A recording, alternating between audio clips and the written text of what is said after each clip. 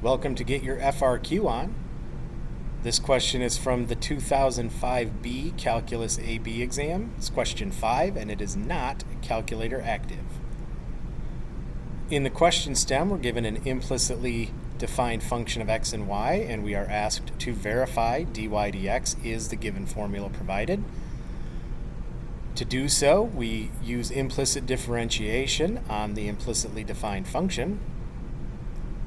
And if we do it correctly, we should get the formula given in the question stem. So if we differentiate y squared equals 2 plus xy, the derivative of y squared is going to be 2y dy dx. The derivative of 2 is 0, so that's not going to make any contribution. And then the xy, that's actually going to be an application of the product rule as well. So that would be x dy dx plus 1y. If we collect our dy dx terms on one side, we'll get dy dx is equal to 2y minus x. I'm sorry, dy dx times 2y minus x is equal to y. Dividing both sides by 2y minus x, we do in fact get y over 2y minus x. In part B, we are asked to find all points where dy dx is equal to 1/2. To do this, we set dy dx equal to 1/2. Right? If we can solve that equation and get somewhere where dy dx is equal to 1/2, then we're good.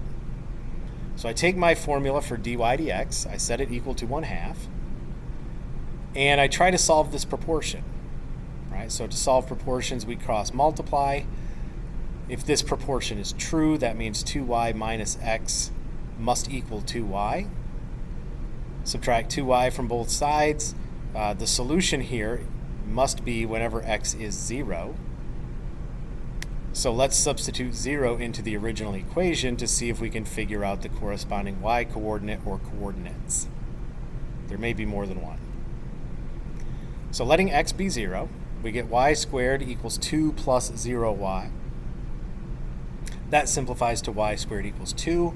And the solutions to this equation are just going to be y equals plus or minus the square root of 2. So there are actually 2 points on this implicitly defined curve where the tangent line has slope 1/2. They both have x coordinate 0, but they have a different y coordinate. So those 2 points are 0, negative square root 2, and 0, positive square root 2. In part C of the question, we are asked to show that there are no horizontal tangent lines for this curve. This part is very similar to part B. Instead of showing, finding where there's a tangent line with slope 1/2 and setting the formula equal to 1/2, we're going to set the formula equal to 0 and show that that equation has no solutions. Right? If there were a horizontal tangent line, then the numerator of dy dx would have to be 0. And our goal is to show that that actually never happens. So we start with the equation. All right, well, let's say y over 2y minus x is equal to 0. That can only happen if y is 0. Okay, just like in the last part, we're going to plug y equals 0 into the original equation and see if we can find some corresponding x coordinate to go with it. So we substitute y equals 0 into the original equation. We do that, okay, 0 squared equals 2 plus 0x, but that gives us the equation 0 equals 2, which is never true. So letting y be 0 leads to a contradiction. In fact, what this means is there's no point on this curve where the y coordinate is 0. This curve has no x-intercepts. So there is no such solution to this equation, and therefore no point on the curve where the tangent line is horizontal.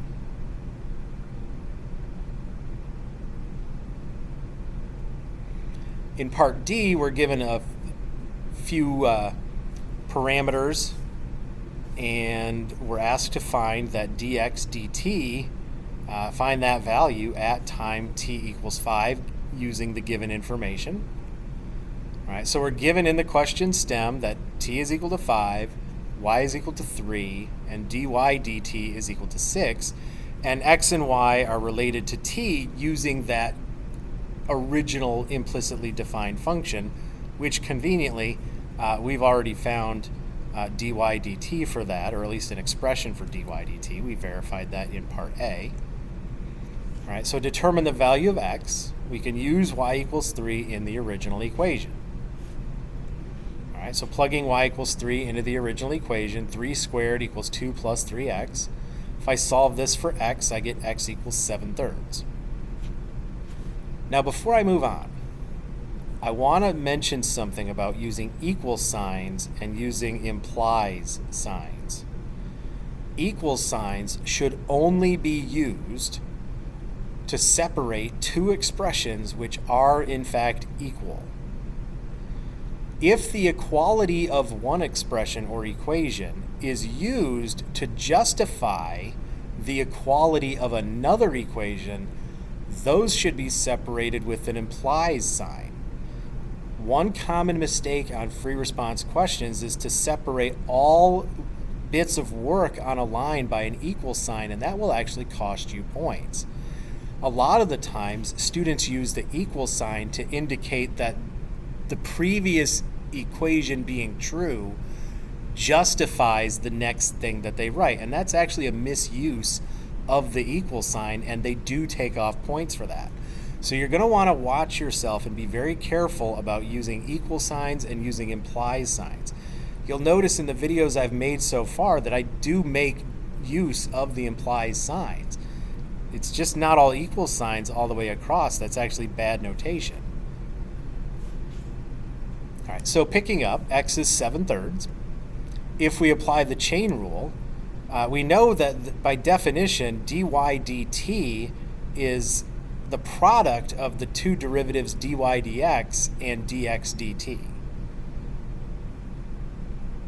All right, well, we know dy dt. All right, so we know the left-hand side of this equation. We also know dy dx. We verified that in part A. So we put all that information together, and we can solve for dx dt when t is 5. So doing the arithmetic here, we eventually get that dx dt at t equals 5 is 22/3.